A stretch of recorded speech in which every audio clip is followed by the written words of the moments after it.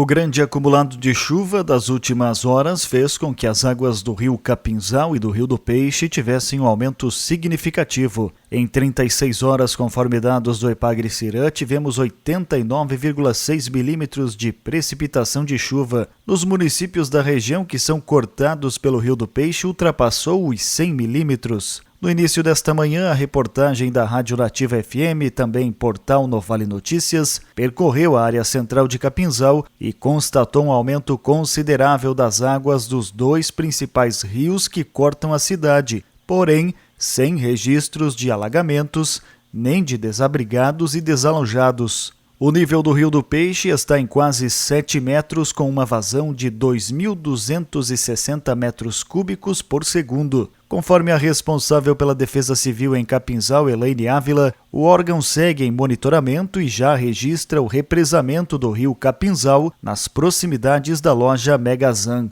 A previsão para as próximas horas é de tempo instável, provocando chuvas no estado. Essa chuva é persistente, volumosa, por vezes intensa e pode vir acompanhada de temporais bem isolados.